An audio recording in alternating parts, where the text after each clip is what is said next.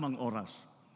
Bilang pangunahing paghahanda, nagtatayo tayo ng mga mahalagang infrastruktura na magsisilbing proteksyon at sentro ng koordinasyon, lalo na sa aspeto ng paghahatid tulong.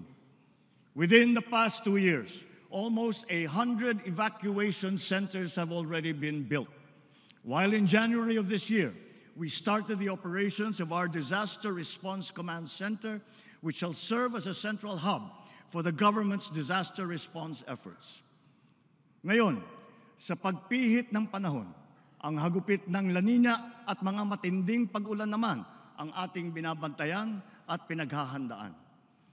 Mahigit 5,500 flood control project ang natapos na at marami pang iba ang kasalukuyang ginagawa sa buong bansa.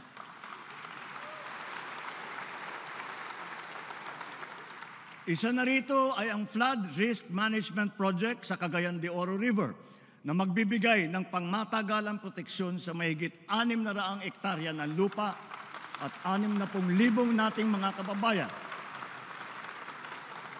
Isa pa ay ang proyekto sa Pampanga Bay na magsisilbing karagdagang lunas sa mga pagbabaha.